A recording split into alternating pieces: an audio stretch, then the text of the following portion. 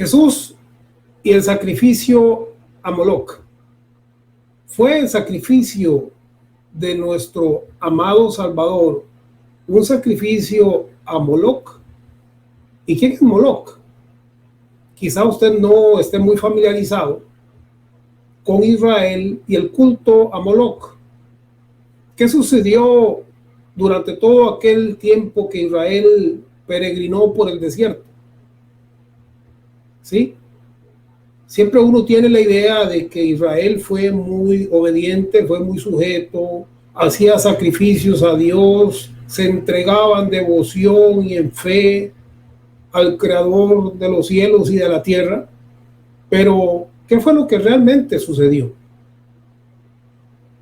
¿Y en qué afecta esto todo lo que se ha ido desarrollando a través de la historia hasta nuestros días? ¿Tiene que ver algo aquí Moloc y el culto que Israel ofrecía a Moloc, o no tiene que ver nada? ¿Cuál fue el liderazgo de Moisés? ¿Por qué Moisés no entró a la tierra prometida? ¿Cómo fue que Israel ofrecía un culto cósmico, un culto a las estrellas, un culto a los dioses? ¿Cómo se dio eso y por qué? Estos quizás sean datos o información que usted no haya escuchado hasta el día de hoy. Por eso creo que este tema es muy importante que usted lo escuche de principio a fin. Vamos a mirar acá cómo la sabiduría terrenal o la sabiduría humana no es suficiente para heredar, para alcanzar metas. Es importante, pero no lo es todo. Cuando se pone la sabiduría del hombre antes que la sabiduría de Dios, entonces muy posiblemente haya un fracaso. Bueno, esto es lo que experimentó Moisés, un hombre sabio, un hombre que había visto a Dios cara a cara, un hombre que se había encontrado con la sabiduría y el conocimiento y entendimiento de Egipto. Y también, por supuesto, con el conocimiento y entendimiento de Jehová Dios. Entonces, en Moisés había una gran cantidad de sabiduría y de conocimiento, como también lo hubo en Salomón.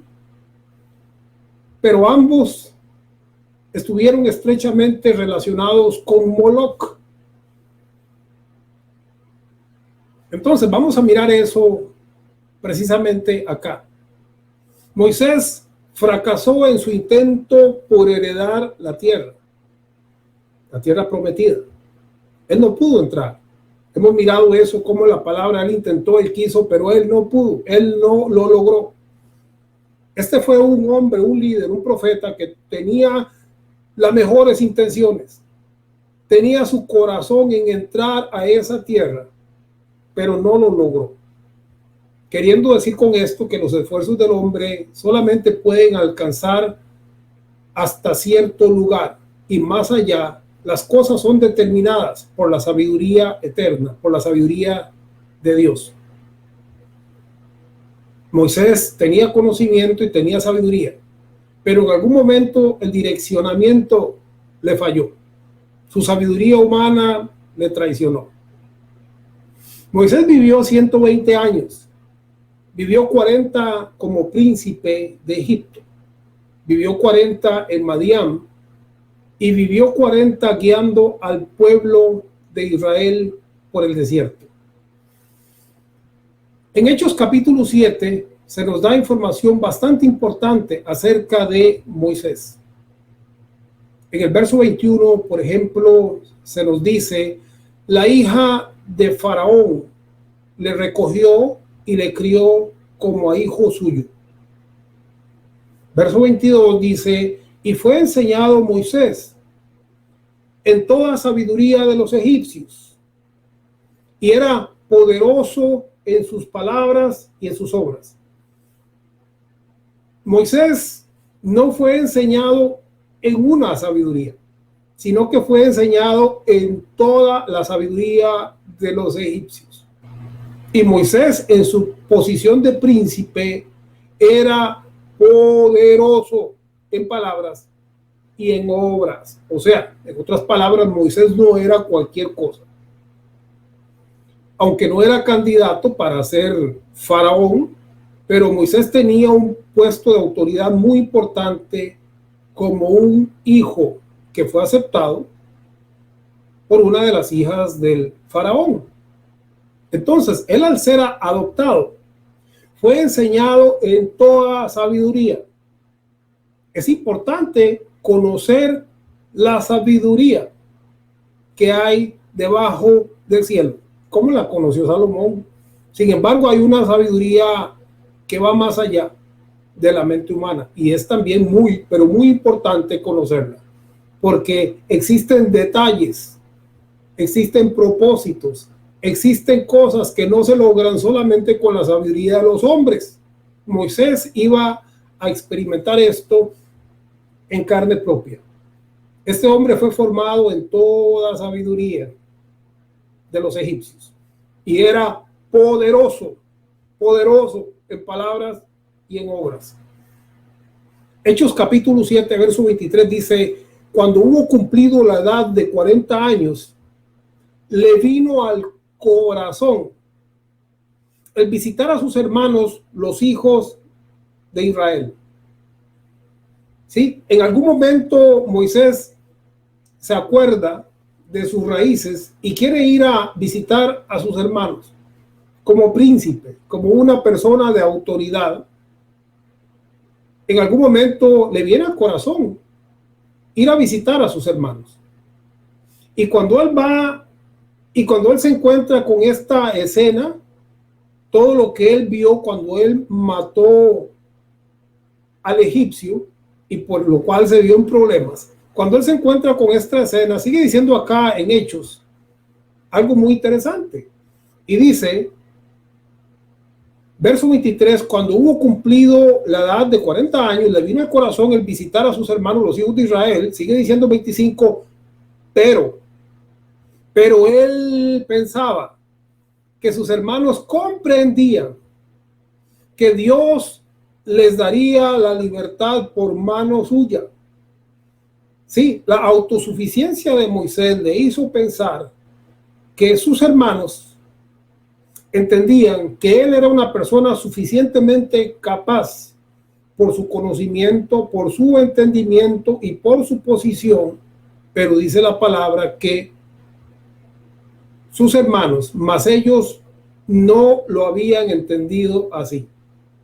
Moisés se sintió autosuficiente y muchos teólogos notan el hecho de que Moisés creyó en algún momento que él era suficientemente capaz para poder, descansando en su conocimiento, liberar al pueblo de Israel. En Hechos capítulo 7, verso 42, se nos relata algunas verdades muy importantes.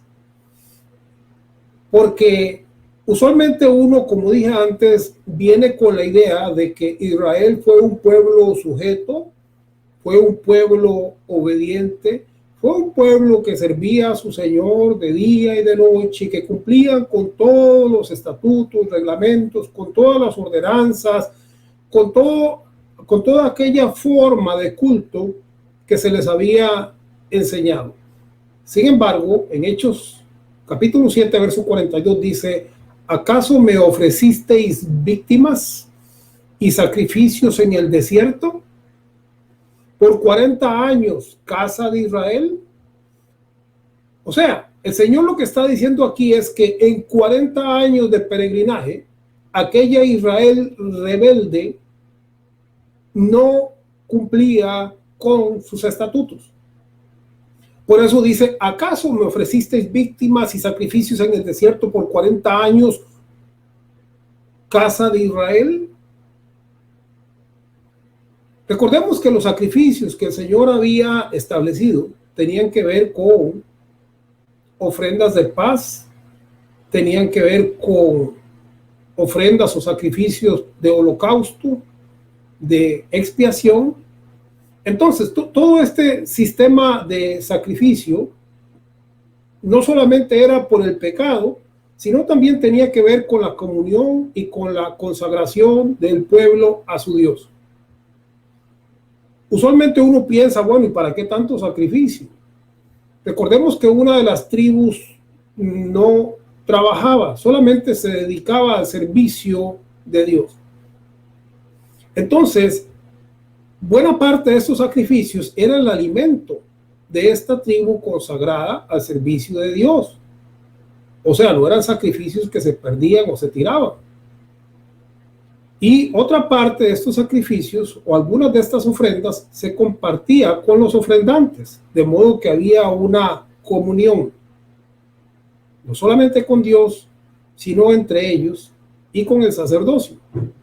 Entonces, este sistema era un sistema sano, si se puede decir, porque lo que traía era, proveía alimento para la tribu que Dios había escogido para su servicio y promovía también una conciencia limpia, aunque fuese temporalmente, porque todos sabemos que todo esto era algo establecido solamente por un tiempo, pero señalaba hacia las cosas que habrían de venir. Diferente es entonces este sistema que Dios estableció con el sistema que Moisés, o más bien Israel, por supuesto que ahí estaba Moisés, con el sistema que Israel siguió. Israel se apartó. Y en 40 años no fue el pueblo que al menos yo pensaba que era, sino por el contrario, fue un pueblo que ofreció otro tipo de sacrificios y otro tipo de culto. Aquí es donde precisamente entra el culto a Moloch, el culto a las estrellas, el culto al universo.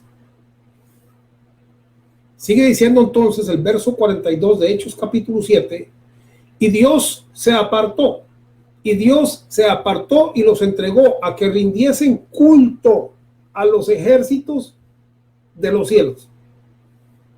Imagínese el pueblo de Israel rindiendo culto al ejército de los cielos. Interesante, ¿verdad? Y guiados por Moisés. Recordemos que Moisés también tenía una influencia muy importante de Egipto. Y en Egipto se adoraba al dios Ra, al dios Sol, y había una serie de dioses que Israel llegó a incorporar, no solamente de Canaán, sino también de Egipto.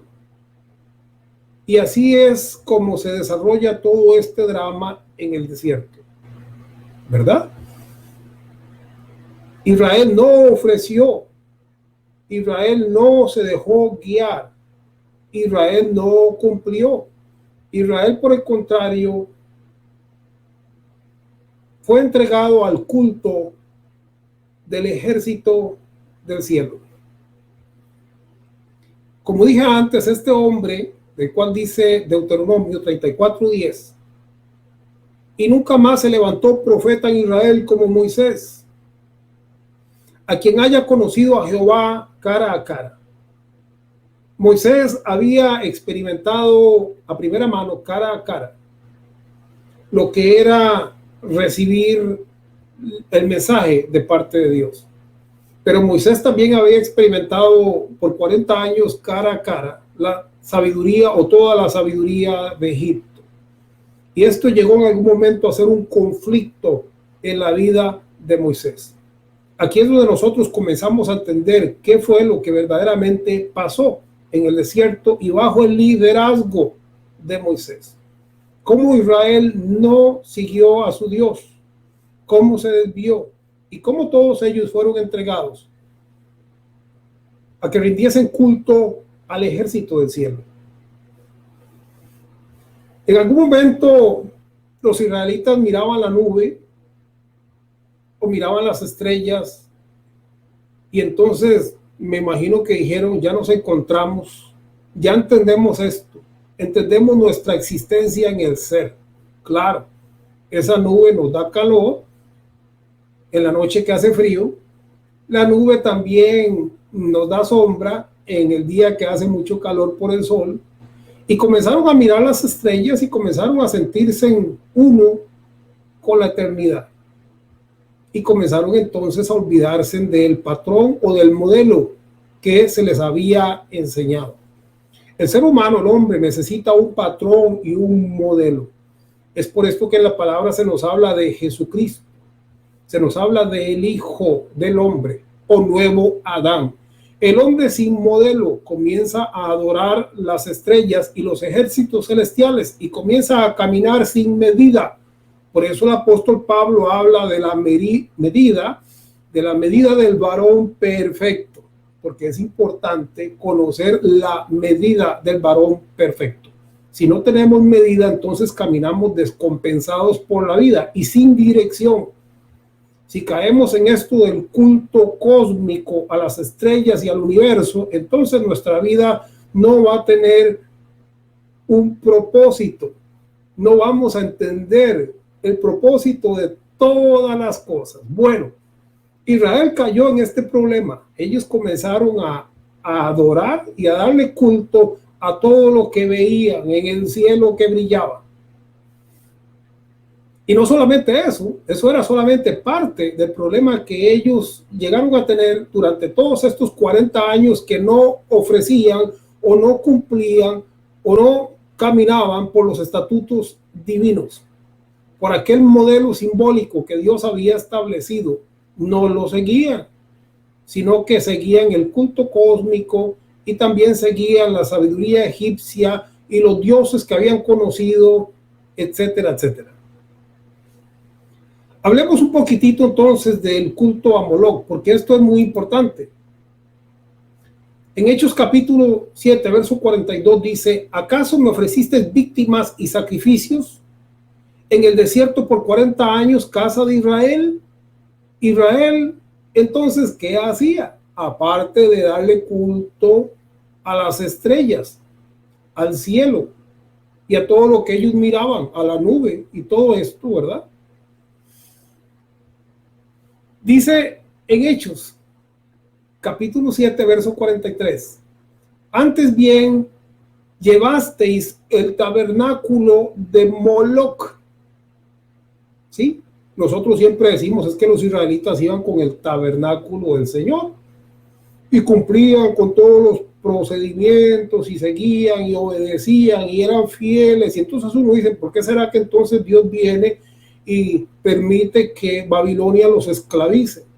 ¿Y por qué pasa todo esto? Que las 12 tribus se dividen en 10 y en 2.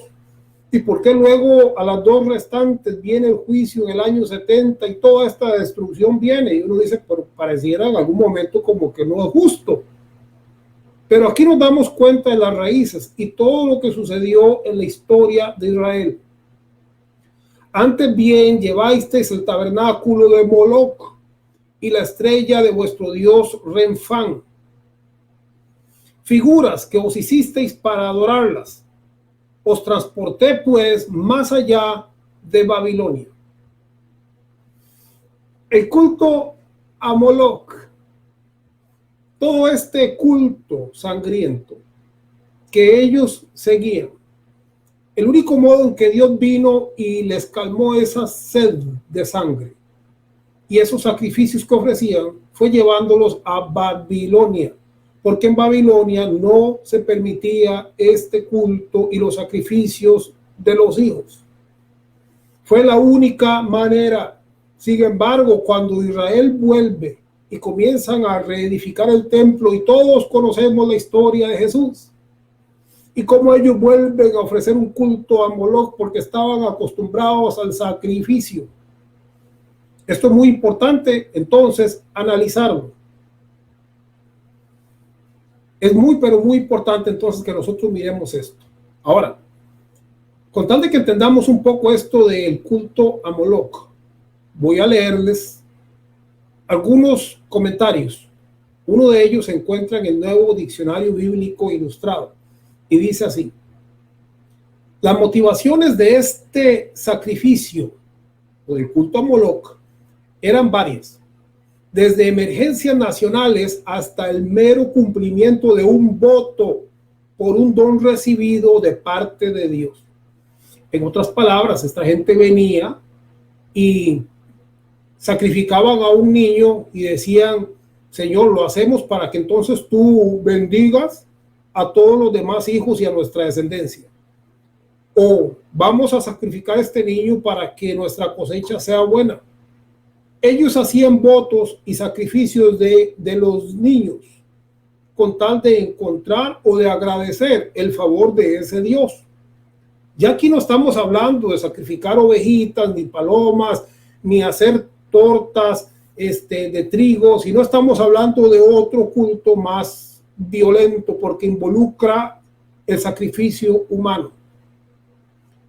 Entonces dice, las motivaciones de este sacrificio eran varias, desde emergencias nacionales hasta el mero cumplimiento de un voto por un don recibido de parte del dios Moloch. La edad de los niños sacrificados oscilaba entre recién nacidos hasta 3 e incluso 4 años.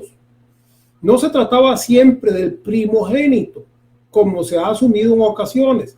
De hecho, se han hallado urnas en el Tophet de Cartago, Túnez, con 2 o 3 cadáveres de niños sacrificados entre los 3-4 años de edad y recién nacidos, pertenecientes a una misma familia. O sea, que muchas veces la familia tenía 3 o 4 niñitos seguidos y venía y todos se los ofrecían a Moloch y los quemaban y los entregaban en consagración a Moloch. Este es el culto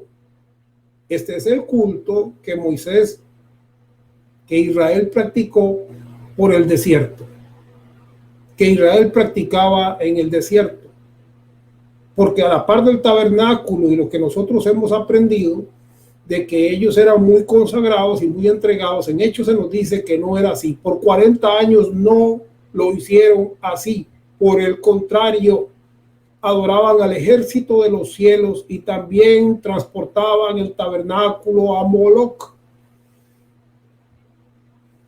Se trataba de una práctica que, como han documentado las excavaciones de Cartago, se llevaba a cabo con regularidad y normalidad. En esta región de Túnez existen entonces reliquias arqueológicas que determinan y que dan fe de todo lo que sucedía con este culto a Moloch. En la ley de Moisés, o la ley que le fue dada a Moisés, se condenaba a muerte a todo el que fuera culpable de este abominable crimen. Levíticos capítulo 18, verso 21, capítulo 20, verso 1 al 5. A pesar de ello, Salomón, ya anciano, erigió un altar a Milcom o a Moloch para complacer a sus mujeres amonitas. Durante los siglos posteriores se sacrificaron niños a Moloch, quemados vivos, en el lugar alto de Tophet, en el valle de Hinnom. Salmo 106, verso 38, Jeremías 7:31, 19:4, verso 5 también, Ezequiel capítulo 16, verso 21, 23, 32, verso 39. Bueno, hay muchas referencias. Isaías capítulo 30, verso 33. Acaz, por ejemplo, rey de Israel, hizo morir así a sus propios hijos, segunda de Crónicas capítulo 28, verso 3. Manasés inmoló igualmente al menos a uno de sus hijos, segunda Reyes 21:6. Los israelitas del reino del norte practicaron también este rito horrendo, segunda Reyes 17:17, Ezequiel 23:37. Hablando sobre esto del culto a Moloch, también en la página godquestions.org, God Questions, o sea, en el website o la página del internet que dice ¿tienes preguntas? En esta página, en su sección de español, dice lo siguiente, ponga atención: la adoración de Moloch no se limita a Canaán. Monolitos en África del Norte llevan el grabado MLK, muchas veces escrito como MLKMR o MLKDM, que puede, oiga, escuche qué interesante, que puede significar sacrificio del cordero y sacrificio del hombre. Es interesante porque, como dije antes, los sacrificios humanos eran prohibidos, eran penados por la ley. Pero Israel llevaba el tabernáculo de Moloc a través de todo el desierto. Y a través de toda su historia sacrificó a Moloc, excepto hasta cuando la profecía se cumplió y fueron llevados a Babilonia porque ya no podían seguir con esa práctica. Sin embargo, cuando ellos regresan a su tierra, ahí es donde vemos una vez más que hacen sacrificio del cordero o sacrificio del hombre. Usted podrá mirar acá la relación. Y es que sí, Dios había establecido un modelo, pero Israel siguió otro. Es por esto que aunque Jesús viene a ser el Cordero de Dios, no fue que Dios planeó en el sentido práctico de la palabra hacerlo, sino que esa fue la consecuencia del desvío del ser humano desde el principio. Y ese desvío que tuvo Israel por Moloc, que también puede significar sacrificio del cordero o sacrificio del hombre, ese desvío, esa sed de sangre, y no hablamos de palomitas o animalitos, sino hablamos de sacrificar seres humanos, de niños inocentes, viene entonces a tener su clímax cuando ellos sacrifican al Cordero de Dios o al Hijo del Hombre. Entonces hay un significado profundo aquí sobre todo lo que fue la trayectoria de Israel haciendo sacrificios humanos y cómo ellos siempre siguieron y nunca abandonaron ese tipo de culto, ni en el desierto, ni a través de su historia. Entonces, a través de esto es que viene el juicio de Dios sobre todo Israel y sobre Judá y sobre la ciudad de Jerusalén. Dios se divorcia porque para él todo esto era causa de continuos adulterios. Y la palabra dice que Israel vino y fornicó y adulteró, y luego su hermana Judá lo vio y siguió su ejemplo, y entonces Dios le dio carta de divorcio. Y entonces Dios decide terminar con una Israel que la Biblia habla, Israel según la carne, y comenzar con una Israel espiritual. Este siempre fue el propósito de Dios, pero lo que tenemos que ver es que dentro de lo temporal, Israel no deja de tener responsabilidad porque nunca quiso seguir el modelo divino, sino que se fue a la sangre, al sacrificio humano y al culto de los cielos, de las estrellas, del universo. Se cree que los ídolos de Moloc eran gigantescas esculturas metálicas de un hombre con la cabeza de un toro. Cada imagen tenía un agujero en el abdomen, o sea, acá, ¿verdad? En esta parte, y antebrazos posiblemente extendidos que hicieron una especie de rampa de agujero. Imagínense, o sea, había como un agujero y un brazo acá que tenía una inclinación a tal manera que era como lo que nosotros llamamos un tobogán. Ponían al niño acá y se deslizaba y entraba por este agujero que lo llevaba a un horno que lo quemaba. Se cree que los ídolos de Moloc eran gigantescas esculturas metálicas de un hombre con la cabeza de un toro. Cada imagen tenía un agujero en el abdomen y antebrazos posiblemente extendidos que hicieron una especie de rampa al agujero.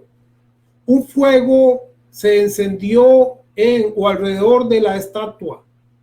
Los bebés fueron colocados en los brazos de la estatua o en el agujero. Cuando una pareja sacrificaba a su primogénito, creían que Moloc aseguraría prosperidad financiera para la familia y los futuros hijos.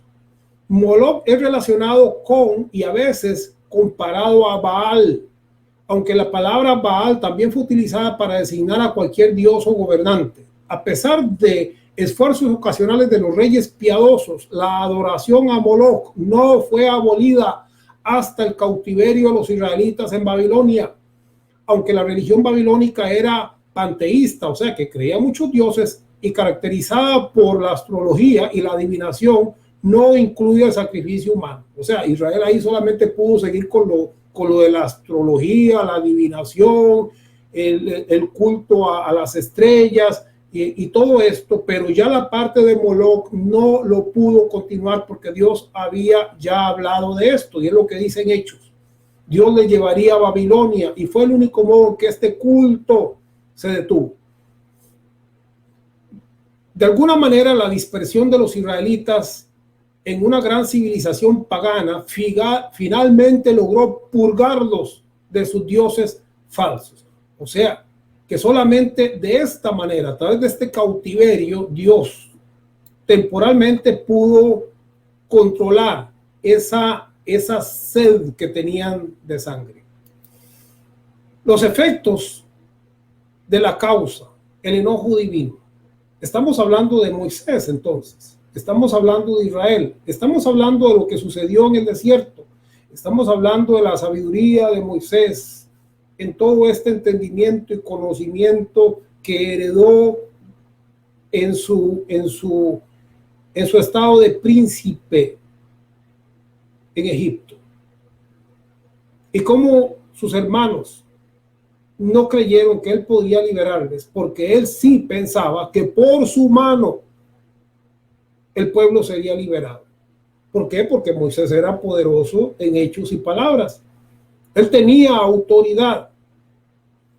Y aunque vivió 120 años, 40 años en el palacio, 40 años en Madián y 40 años guiando a Israel, tuvo conflictos serios a la hora de guiar, enseñar al pueblo de Israel en la verdadera adoración. Deuteronomio capítulo 1, verso 37 dice: también contra mí se airó Jehová por vosotros. También contra mí se airó Jehová por vosotros. Y me dijo: tampoco tú entrarás allá. Aquí hay algo interesante, y es que Moisés comete un error. ¿Sí? Un error que nosotros cometemos también. Moisés le echa la culpa a los demás. Moisés no acepta su responsabilidad, sino dice: por culpa de usted, Dios se enojó conmigo. Dicen los sabios, los pensamientos son tuyos y tú controlas lo que pasa en ti. Sí, nosotros decimos: es que me avergüenzas, es que me humillas, es que me haces sentir mal. En lugar de decir: me hice sentir mal, yo me ofendí, o yo tomé tus palabras y me ofendí, me deprimí a mí mismo. ¿Por qué? Porque yo soy el que acepto las palabras, yo soy el que acepto y decido tomar aquello. Y Moisés había sido víctima de todo su alrededor, y digo víctima porque él fue parte de todo este sistema y Dios se enojó. Pero él dice: no, fue culpa de ustedes, yo no tuve que ver nada. Fue culpa de vuestra rebeldía, cuando Moisés sí tenía que ver en todo esto. Dice Deuteronomios 3:23: y oré a Jehová en aquel tiempo: pase yo, te ruego, y ve aquella tierra buena que está más allá del Jordán, aquel buen monte y el Líbano. Entonces el Señor le dice a Moisés: no, Moisés, tú no entras. Pero Moisés ora y le pide nuevamente. Y dice en 3:26 de Deuteronomio: pero Jehová se había enojado contra mí a causa de vosotros, por lo cual no me escuchó, y me dijo Jehová: basta, no me hables más de este asunto. Aquí se aplica la ley de la causa y el efecto. Moisés no iba a recibir más ni iba a recibir menos de lo que ya había sembrado. Dios no es un Dios injusto, y Moisés recibiría justo lo que debía de recibir, conforme a su actuación a través de toda esta trayectoria que tuvieron en el desierto. Vuelvo a decir, en Hechos se nos dice que el pueblo estuvo desviado y que transportaban el tabernáculo a Moloch y hacían sacrificios y daban culto al ejército de los cielos. Y todo esto tuvo consecuencias. Todo esto tuvo consecuencias en Moisés, que hizo lo mejor que pudo en la sabiduría humana adquirida en Egipto, pero que por la fe y en la fe falló, como un ser humano falla. Recordemos que en el antiguo pacto nadie podía cumplir. Por eso es que hay un nuevo pacto, un pacto eterno, que toma aquellos símbolos y los traslada a una gloria mayor. Deuteronomio capítulo 34, verso 4 dice, y le dijo Jehová, esta es la tierra que juré a Abraham, a Isaac, a Jacob, diciendo, a tu descendencia la daré, te he permitido verla con tus ojos, mas no pasarás allá. Fue definitivo. El Señor le dice, no, no y no. Moisés, no vas a pasar. Y Moisés dice, pero fue por culpa de ellos. Y Dios le dice, no. La ley de la siembra y la cosecha se aplica. Cada semilla produce según su género, y todo lo que el hombre siembra, esto recogerá. Hablemos acá, para concluir, de los 3 cielos y las moradas divinas, porque pienso que es un momento correcto para nosotros dar un vistazo a lo que es el pacto eterno y lo que es la aplicación de todo este sistema de cosas que sucedieron en el pasado y traerlas hasta el presente después de Jesús, después del sacrificio, después de que Israel o Jerusalén más bien sacrificó no al Dios eterno, porque no era un sacrificio que Dios quisiera hacer, sino fue un sacrificio que Israel siempre buscó ofrecerle a Moloch, sacrificios humanos. Fue su costumbre a través de todos los tiempos. Dice el apóstol Pablo, conozco a un hombre en Cristo que hace 14 años, y en el cuerpo no lo sé, si fuera del cuerpo no lo sé, Dios lo sabe, fue arrebatado hasta el tercer cielo. Es muy importante entonces entender acá que hay 3 cielos, ¿verdad? Sabemos que todos venimos de Dios, todos venimos del primer cielo, venimos de la eternidad. Y luego hemos vivido la experiencia humana, el Edén, Adán, conciencia, gobierno humano, promesa, ley, todo esto significa segundo cielo, la parte humana. Pero somos llamados a alcanzar la gloria mayor o el tercer cielo en Dios. El tercer cielo es ser convertidos a la imagen y semejanza del Hijo de Dios, porque dice Romanos que fuimos nosotros creados con el propósito de ser hechos conformes a la imagen del Hijo de Dios. Entonces es muy importante nosotros entender esto, ser nueva creación, porque según está en Cristo, nueva creación es, o nueva criatura es. Ser convertidos al tercer cielo es la meta de todo creyente que tiene fe y que entiende que Dios es un Dios de glorias y es un Dios de recompensas. En 1 Timoteo 4:10 dice, el Dios viviente, el cual es salvador de todos los hombres, mayormente de los que creen. Aquí vemos la bondad de Dios aplicando el sacrificio de Jesús, que fue a las partes más bajas de la tierra por amor a la humanidad, convirtiéndose en el salvador de todos los hombres, pero mayormente de los que creen. En otras palabras, lo que quiere decir aquí es que aquellos que creen, que han aceptado su gloria y su gracia, son transportados al tercer cielo o Nueva Jerusalén. Y los que no, pues se quedan en el estado de segundo cielo, o sea, la tierra. San Juan capítulo 14, verso 2 dice, en la casa de mi padre muchas moradas hay. Si así no fuera, os lo hubiera yo dicho. Entonces, yo voy a prepararos lugar.